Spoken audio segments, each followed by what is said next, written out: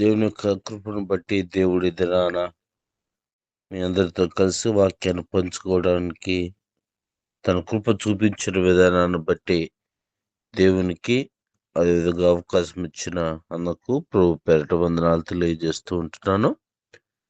పరిశుద్ధ గ్రంథమైన బైబిల్ నుంచి దేవునికి వాక్యాన్ని ధ్యానం చేద్దాం. ఆదికాండము 4వ అధ్యాయము 7-8 వచనాలు మరోసారి ధ్యానం చేద్దాం.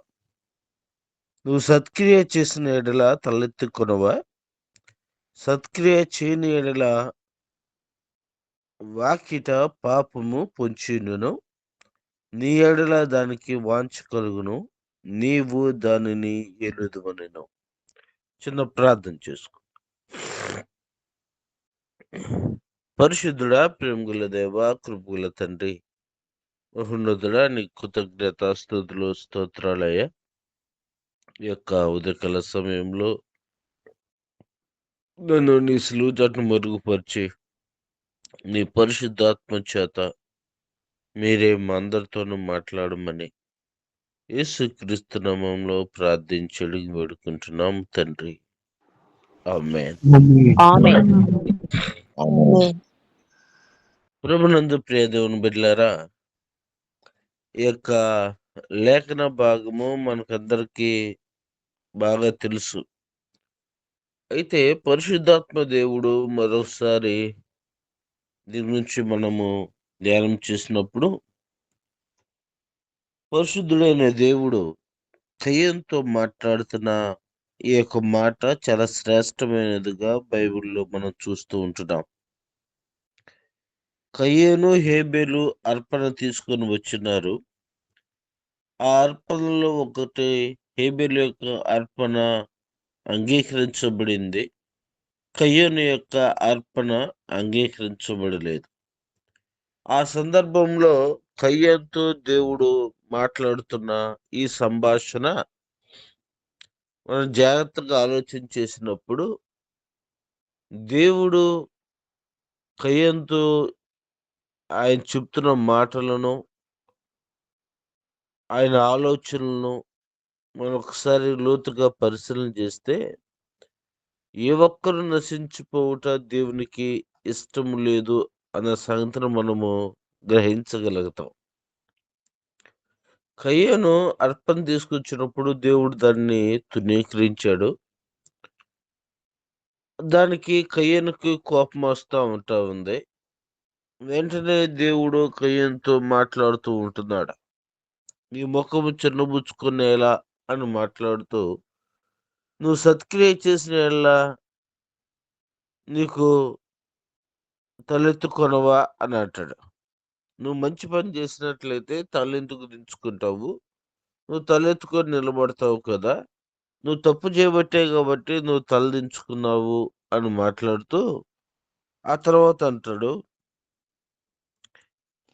సత్క్రియ చేయని ఎడల వాకిట పాపము పొంచియుండును, నీ ఎడల దానికి వాంఛ కలుగును అని రాయబడి ఉంటుంది. దేనికి వాంఛ కలిగి ఉంటుంది?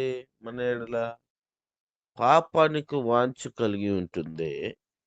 నీవు దానిని ఏలుదువనెను అని రాయబడి ఉంటుంది. చూడండి, మనము దేవునికి దృష్టికి మంచి నడవడిక లేకపోయినట్లయితే, మనము దేవుని యొక్క ఆలోచనకు చోటు ఇవ్వకపోయినట్లయితే, పాపానికి చోటు ఇచ్చిన వారంగా మనము ఉంటున్నాం. వాంఛ అనే పదాన్ని మనం చూస్తూ ఉంటున్నాం. వాంఛ అనగా దానికి అర్థాలు మనం గమనించినప్పుడు కోరిక, ఆశ, గాఢమైన కోరిక, ఇష్టము, ఇవన్నీ కూడా మనం చూస్తూ ఉంటాం.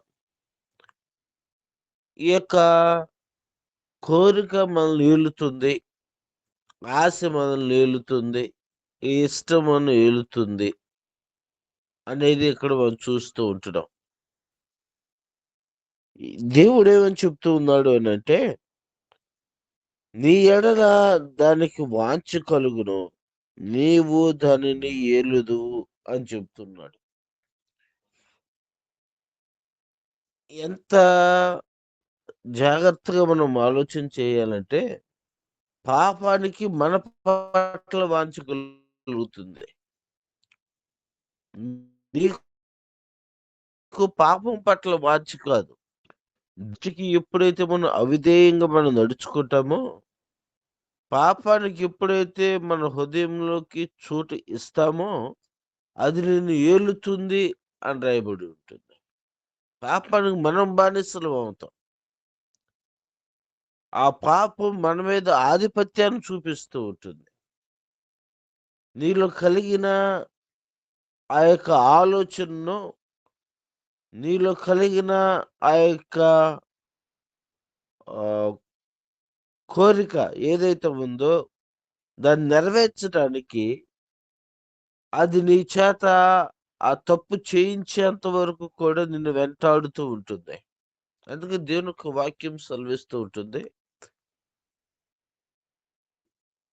దుష్టుల ఆలోచన చొప్పున నడవక, పాపుల మార్గమున నిలవక, అపహాసకులు కూర్చున్న చోటను కూర్చుండక, యెహోవా ధర్మశాస్త్రం దివారాత్రము ధ్యానించువాడు ధన్యుడు అని రాయబడింది. అంటే దుష్ట ఆలోచనకు సైతము నీ హృదయంలో ఇవ్వకూడదు, చోటు ఇవ్వకూడదు అని రాయబడి ఉంటుంది. కయ్యను మంచిదైతే చేయలేదు కానీ, తన తమ్ముడు అర్పణ అంగీకరించడం మాత్రము తట్టుకోలేకపోయాడు. తనకి కోపం వస్తా ఉంటా ఉంది. ఈ వాంఛన పదాన్ని మనం మొట్టమొదటిగా బైబిల్ గ్రంథంలో వాళ్ళ తల్లిదండ్రులైన ఆదాము, హవ్వలతో కూడా మనము దేవుడు మాట్లాడటం చూస్తాము.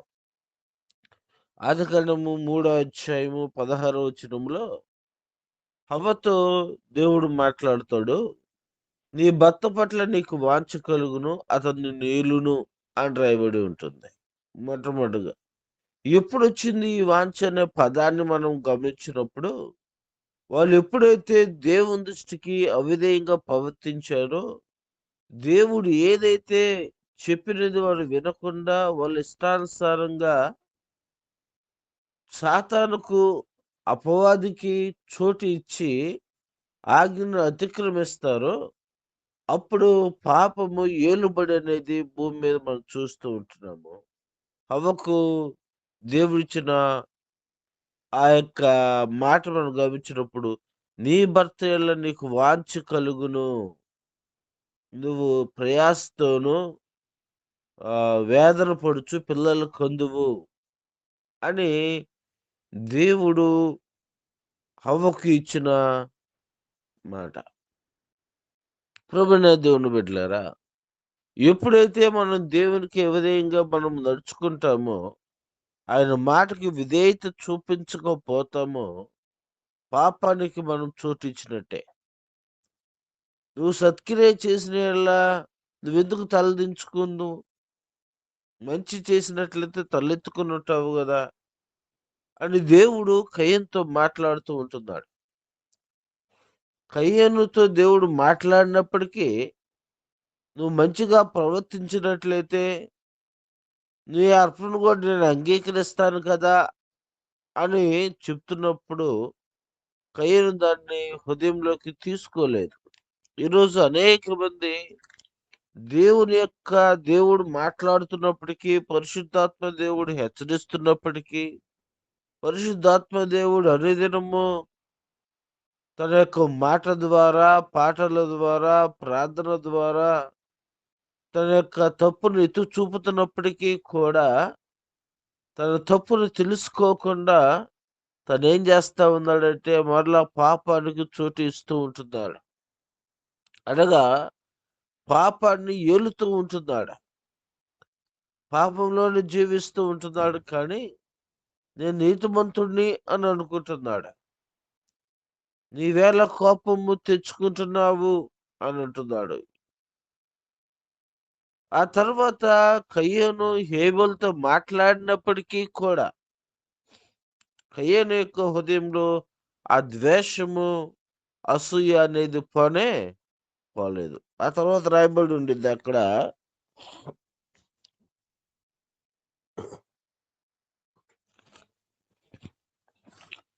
కయ్యోను తన తమ్ముడైన హేబేల్తో మాట్లాడినో, వారు పొలములో ఉన్నప్పుడు కయ్యోను తన తమ్ముడైన హేబేల్ మీద పడి అతనిని చంపెను అని రాయబడి ఉంటుంది.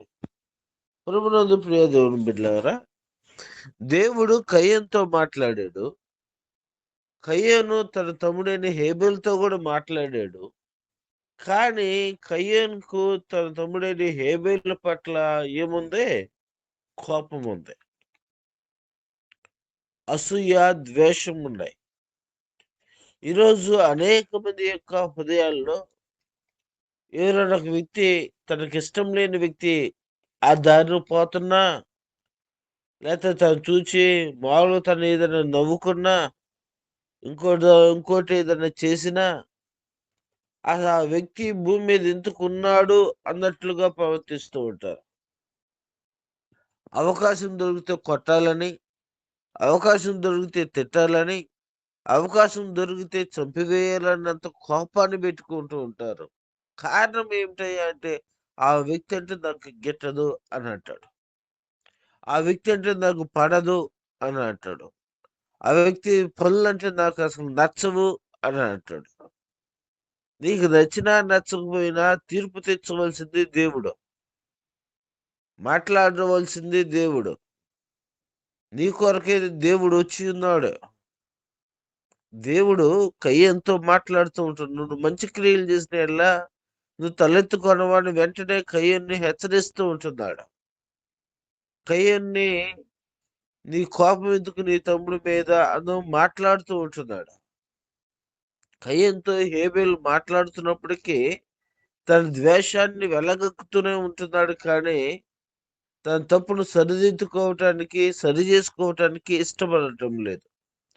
ఈరోజు అనేక మంది భక్తిహీనతతో దేవుని సముఖానికి వస్తూ ఉంటున్నాడు. కానీ దేవుడు అతనితో వాక్యం ద్వారా మాట్లాడుతున్నప్పటికీ విశ్వాసులు, సేవకులు, ఆత్మీయులు ఎంత దేవునిలో అతనిని బలపరుస్తున్నప్పటికీ దేవుని మాట వినాలి, వాక్యానుసారంగా జీవించాలి అని అనేక మాటలు చెప్తున్నప్పటికీ అతను మారటానికి, పశ్చాత్తాప పడటానికి ఆలోచన చేయటం లేదు. కారణం ఏమిటంటే పాపము ఏలుబడి చేస్తూ ఉంటుంది, వాంఛ కలిగిస్తూ ఉంటుంది.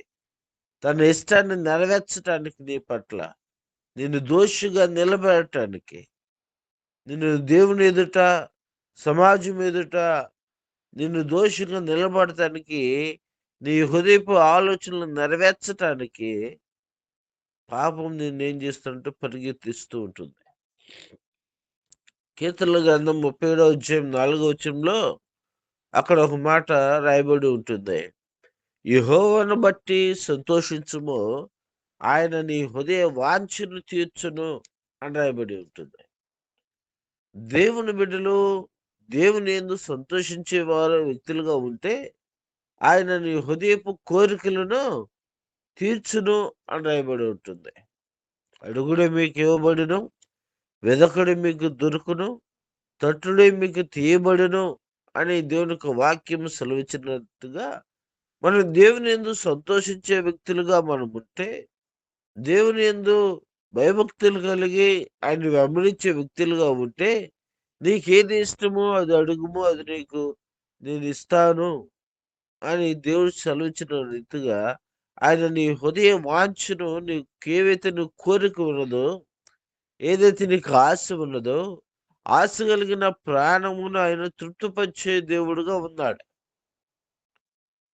అయితే ఇక్కడ ఈ వాంఛ ఏమిటి అని అంటే పాపపు వాంఛ. అది ఎక్కడుందంటే వాకిటి యొద్దనే పొంచి ఉండును అన్నాడు. ఎక్కడుంటుంది వాంఛ? పాపం అంటే వాకిటి యొద్దనే ఉంటుంది. అదే వాకిటి యొద్ద తండ్రి దేవుడు హృదయం అనే తలుపు ఎదుండి నేను తట్టుచూ ఉన్నాను. ఎవరైనాను నా స్వరం విని తలుపు తీసిన యెడల నేను వాని యొద్దకు వచ్చెదను అంటున్నాడు. వాకిటి యొద్ద పాపం ఉంది. వాకిటి యొద్దనే తండ్రైన దేవుడు నిన్ను పిలుస్తూ ఉంటున్నాడు, నన్ను పిలుస్తూ ఉంటున్నాడు. మనం ఎవరి స్వరము విని తలుపు తీస్తే వారు మన హృదయంలోకి వస్తాడు. మన హృదయంలో నివాసం ఉంటారు. మన హృదయ వాంఛను, మన హృదయపు కోరికలను మనం ఆయనందు ఆనందించే వ్యక్తులుగా ఉంటే, పరిశుద్ధాత్మ చేత మనం నింపబడిన వ్యక్తులుగా మనం ఉన్నట్లయితే, దేవుడు మన కోరికలను నెరవేరుస్తాడు. ఆయన చిత్తానుసారంగా జీవించే వారంగా మనం ఉన్నట్లయితే, మనం దేవుని యొక్క స్వరానికి కాకుండా, ఈ లోక సంబంధమైన అపవాది యొక్క స్వరానికి మనం తలుపు తీసినట్లయితే, ఈ లోకములో ఉన్నదంతయు శరీరాశ, నేత్రాశ, జీవపు డంబమని అనేక మార్లు దేవుడు హెచ్చరిస్తున్నప్పటికీ దానిలో పడిపోయి ఆ యొక్క దాన్ని అనుభవించాలని, లోకాన్ని అనుభవించాలని, లోకానుసారంగా జీవించాలని ఎప్పుడైతే నీకు ఆ వాంఛ కలుగుతూ ఉంటుందో, నీవు అపవాదికి బహుగా నువ్వు చోటిచ్చిన వ్యక్తిగా ఉంటావు. ఉదాహరణకు మనకందరికి తెలిసిన దావీదు యొక్క జీవితంలో జరిగిన సంఘటన మనకు తెలుసు. దావీదు యుద్ధానికి వెళ్ళవలసిన రాజు మిద్దె మీద తను తిరుగుతూ ఉన్నప్పుడు ఓ స్త్రీని చూచి ఆమె పట్ల వ్యామోహం తను కలుగుతుంటుంది, వాంఛ కలుగుతుంటుంది.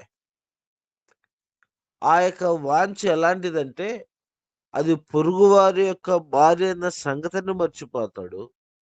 నేను దేవుని యొక్క సన్నిధానంలో ఎల్లప్పుడూ ఉండే వ్యక్తి అన్న సంగతిని మర్చిపోతాడు.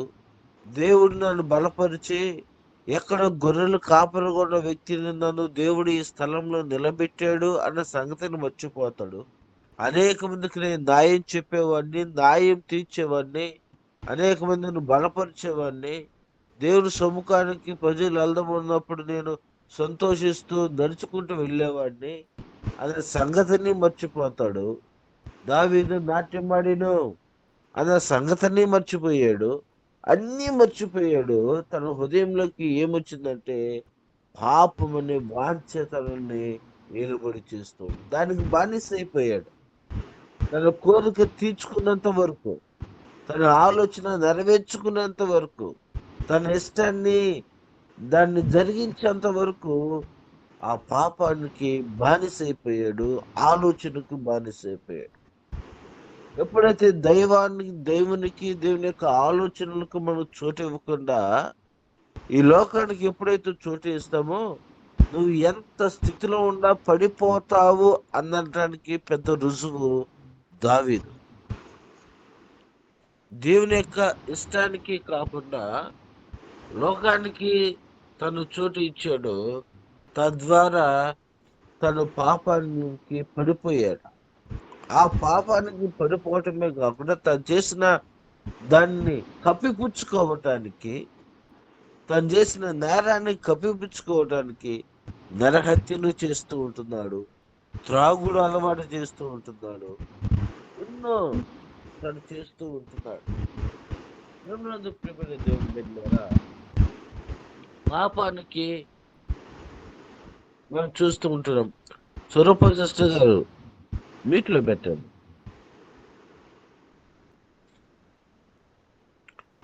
ఆ పాపానికి మనము ఎంతగా దావీదు లోబడిపోయాడో మనం చూడగలుగుతూ ఉంటున్నాం.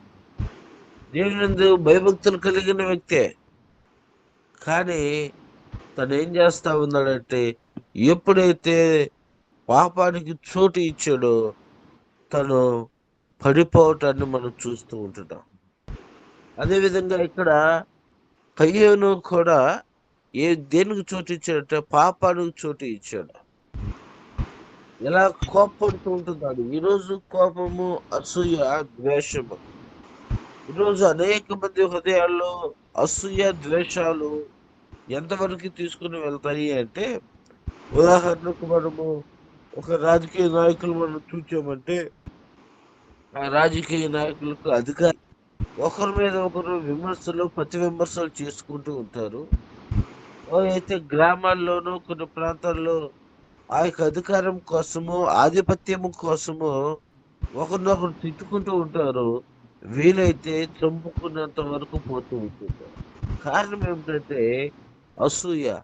నాకంటే వాళ్ళు గొప్పగా పిలువబడతారేమో, నాకంటే గొప్పగా ఈ యొక్క అధికారాన్ని అనుభవిస్తారేమో, నేను వాళ్ళ దగ్గరికి పోవాల్సొచ్చిద్దేమో అని ఇలాంటి ఆలోచనలతో, ఇలాంటి తలంపులతో ఎదుటి వ్యక్తిని కూడా చంపగలగటానికి వాళ్ళు పరుగులు తీస్తూ ఉంటారు. కారణం ఏమిటంటే, ఆ అసూయ, ద్వేషం అనేది పాపానికి సూచనలుగా ఉంటూ ఉంటున్నాయి. కయ్యను గూడా ఇలాంటి అసూయ, ద్వేషములు కలిగిన వ్యక్తిగానే ఉంటున్నాడు. నీకు కోపమేలా అని అంటున్నాడు. దేవుడు మాట్లాడుతూ ఉంటున్నాడు. అయినా సరిదిద్దుకోలేదు. తన తమ్ముడితో మాట్లాడాడు. అయినా తన కోపాన్ని తను ఏం చేయలేదు, సరిదిద్దుకోలేదు. ఒకనాడు తన తమ్ముడి మీద పడి తననేం చేస్తా ఉన్నాడు, చంపివేస్తూ ఉంటున్నాడు. అనేక మార్లు దేవుడు హెచ్చరించాడు. తన తమ్ముడితో సమాధాన పడటానికి దేవుడు అవకాశం ఇచ్చాడు. వారు ఇరువురు మాట్లాడుకున్నప్పటికీ కూడా తన హృదయంలోకి ఏమి కలగలేదంటే నెమ్మది కలగలేదు.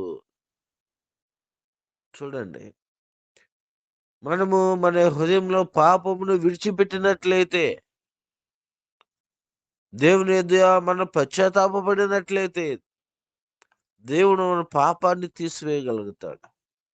ఆ పాపాన్ని అట్టానే ఉంచుకొని దాన్ని విడిచిపెట్టకుండా దేవుని సముఖానికి మనం వచ్చినట్లయితే ప్రయోజనము లేదు. దేవా, నేను పాపిని, నన్ను క్షమించు. ఇది నా తప్పిదమని నువ్వు నోటితో తన పాపమును ఒప్పుకోవాలి అని రాయబడి ఉంటుంది. నోటితో ఒప్పుకోవాలి. అవును, ఇది నేను చేసిన తప్పు అని ఒప్పుకోవాలి.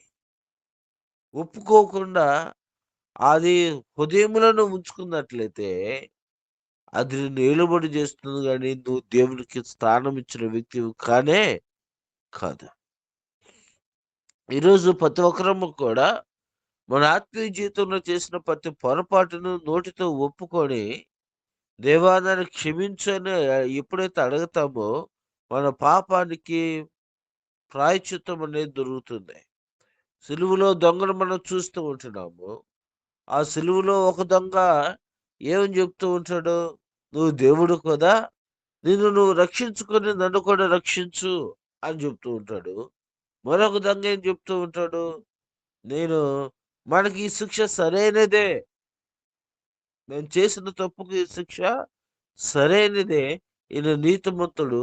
నీవు నీ రాజ్యంలోకి వచ్చినప్పుడు నన్ను జ్ఞాపకం చేసుకో అని అంటాడు. ప్రభునందు ప్రియ దేవుని బిడ్డలారా, చాలా మంది ఎలా ఉంటున్నారంటే ఆ మొదటి దొంగ వలె ఉంటున్నారు. మన తప్పును మనం ఒప్పుకోకుండా ప్రతిదీ దేవుడి మీద నెపాన్ని వేసే వ్యక్తులుగా ఉంటాడు. దేవుడికి తెలియదా? దేవుడు చూస్తూ ఉండట్లేదా? నా యొక్క కుటుంబ సమస్యలు బట్టి, నాకున్న ఇబ్బందులు బట్టి, నాకున్న యొక్క పరిస్థితులను బట్టి నేను పాపానికి, లేతే దొంగతనానికి, లేతే వ్యభిచారానికి, లేతే ఇంకో దానికి నేను కారణమయ్యాను గానీ, నేను కావాలని తెలిసి తెలిసి నేను చేయలేదు. ఆ దేవునికి తెలీదా నా జీవితము ఆయనే గదా చేసింది. ఆయన చేయకపోతే ఇదంతా తే చేయను గదా! అని నెపాన్ని దేవుని మీద వేస్తాడు. ఆదాము, "నువ్వెక్కడున్నావు" అంటే, "ఇదిగో చెట్టు చాటునున్నాను." "ఎందుకున్నావయ్యా" అంటే, "ఇదిగో నువ్వు అవ్వని తీసుకొచ్చి నా పక్కన పెట్టావు. అవ్వెళ్ళి ఆ పండు తిని నాకు గూడా తీసుకొచ్చింది. ఆమె తిని తీసుకొని రావటం వల్ల ఆ మాట కాదనలేక నేను తిన్నాను. ఈ అవ్వ వల్లే నేను ఈ విధంగా అయ్యాను" అని దేవునితో సాకులు చెప్పిన వ్యక్తిగా ఉన్నట్లుగా ఈరోజు అనేకమంది నీ పాపాన్ని నువ్వు నోటితో ఒప్పుకోయ్యా, దేవా నన్ను క్షమించయ్యా అనటానికి మనసు అంగీకరించట్లేదు. కారణం ఏమిటంటే నీలో పాపము నిన్నేం చేస్తుందంటే అది నిన్ను ఏలుతుంది. నువ్వు దేవునికి కాదు గాని స్థానం ఇచ్చింది పాపానికి చోటు ఇచ్చావు. పాపానికి చోటిచ్చావు, అపవాదికి చోటిచ్చావు. దాన్ని నువ్వు ఏలుతూ ఉంటున్నావు. అది ఏమో తన కోరికలన్నిటిని నెరవేరుస్తూ ఉంటుంది. ఒకటి తప్ప ఒకటి తప్ప ఇంకోటి. కొంతమందికి స్త్రీల వ్యామోహాన్ని వాంఛ కలిగిస్తూ ఉంటుంది. కొంతమంది దొంగతనాలు చేసి వాంఛ కలుగు చేస్తూ ఉంటుంది. కొంతమంది కోపాన్ని కలుగు చేస్తూ ఉంటుంది. కొంతమంది దురాశను కలుగు చేస్తూ ఉంటుంది. కొంతమందికి ఈ లోక సంబంధమైన కామాతృతను కలుగు చేస్తూ ఉంటుంది. ఇలా అన్నిటిని ఒకదాని తర్వాత ఒకదాని తర్వాత అది ఏలుతూ ఉంటుంది. హృదయాన్ని మీద అది రాజుగా ఉంటుంది. నువ్వు బానిసమైపోతూ ఉంటున్నావు. నువ్వు దాన్ని ఏలుతూ ఉంటావు. అది చెప్పినట్లు నువ్వు జీవిస్తూ ఉంటావు. ఇదే కదా కావాల్సింది అనుకున్నట్టుగా మారిపోతూ ఉంటుంది మన యొక్క ఆత్మీయ జీవితంలో. నువ్వు యెహోవాను బట్టి సంతోషించినట్లయితే ఆయన నీ హృదయ వాంఛలు తీర్చును. నువ్వు పాపాన్ని బట్టి సంతోషించే వ్యక్తిగా ఉన్నట్లయితే పాపాన్ని గూర్చి జీతము మరణము, అది నిత్య నరకము. అది ఈ లోకంలో ఉన్నంత వరకు చాలా బాగుంటుంది. కానీ ఎప్పుడైతే దాని యొక్క పాపం పరిపక్వానికి వస్తుందో అది నిత్య మరణానికి, నిత్య నరకానికి చోటును తీసుకొని వస్తూ ఉంటుంది. ఆ తర్వాత మాటలు మనం గమనించినప్పుడు సమయం అవుతుంది గనుక మనం త్వరగా ముగించుకుందాము. అక్కడ రాయబడి ఉంటుంది కంటిన్యూగా మనం చదివినప్పుడు, యెహోవా నీ తమ్ముడైన హేబెలు ఎక్కడున్నాడని కయీనును అడుగగా, అతడు ఏ నేనెరుగను, నా తమ్ముడికి నేను కావలివాడనా అనెను. అప్పుడాయన, నువ్వు చేసిన పని ఏమిటి? నీ తమ్ముని రక్తము యొక్క స్వరము నేలలో నుండి నాకు మొరపెట్టుచున్నది. కావున నీ తమ్ముని రక్తము నీ చేతిలో నుండి పుచ్చుకొను. నువ్వు నోరు తెరిచి ఈ నేల మీద ఉండకుండా నీవు శపింపబడినావు. నువ్వు నేలను సేద్యపరిచినప్పుడు అది తన సారము ఇక మీదట నీకివ్వదు. నువ్వు భూమి మీద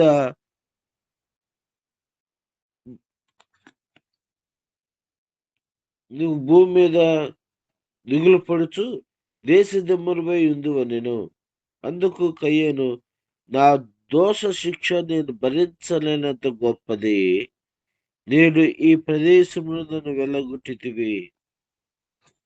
తను అక్కడ మాట్లాడుతున్న మాట గమనించినప్పుడు నీ తమ్ముడు ఎక్కడున్నంటే నేను కావలవాడినా అని అంటున్నాడు. చివరిలో తను శిక్ష పడినప్పుడు తను చేసిన దానికి దేవుడు శిక్ష వేసినప్పుడు అంటాడు, ఈ దోష శిక్ష నేను భరించా చాలన్నది. శిక్ష పడిన తర్వాతే, దెబ్బ పడిన తర్వాతే అప్పుడు వస్తుంది ఆలోచన. మామూలుగా చెప్తే ఎవరికీ ఆలోచన రావటం లేదు. ఆ శిక్షకు నువ్వు చేసిన పాపానికి దెబ్బ తగిలినప్పుడే ఈ శిక్ష నేను భరించజాలన్నది. ప్రభునందు ప్రియ దేవుని బిడ్డలారా, ఎవరు దేవునికి అవిధేయంగా తప్పు చేస్తే దానికి తప్పనిసరిగా శిక్ష అనేది ఉంటుంది. తర్వాత మనము పశ్చాత్తాప పడినప్పటికీ కూడా ఆ శిక్షను ఇక్కడ మనం భరించాల్సిందే. ఆ శిక్షను మనం ఇక్కడ కొనసాగించాల్సిందే. కాబట్టి చాలా జాగ్రత్తగా మన ఆత్మీయ జీవితాలు మనం కాపాడుకోవాలి.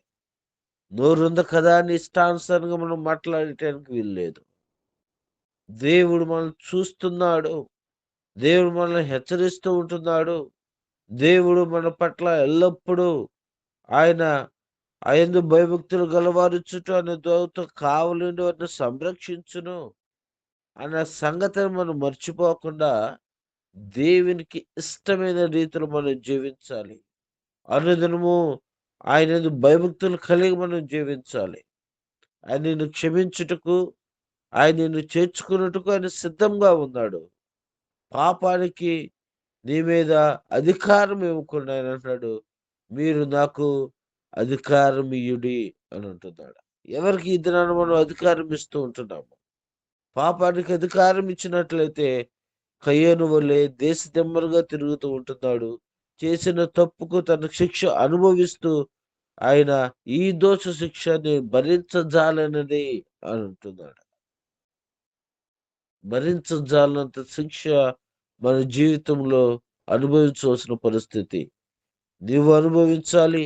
ఒకవేళ నీ తర్వాత నీ కుటుంబము ఆ శిక్షను భరించాలి. నువ్వేది విత్తుతావో అదే పంట కోస్తావని దేవుడు హెచ్చరిస్తూ ఉంటున్నాడు. పాపం అనే పంట నువ్వు విత్తినప్పుడు ఆ పంట నువ్వు తప్పనిసరిగా కొయ్యవలసిన పరిస్థితి నెరవేరుతుంది. నువ్వు ఎవరు తప్పించుకోలేరు అందులో నుంచి.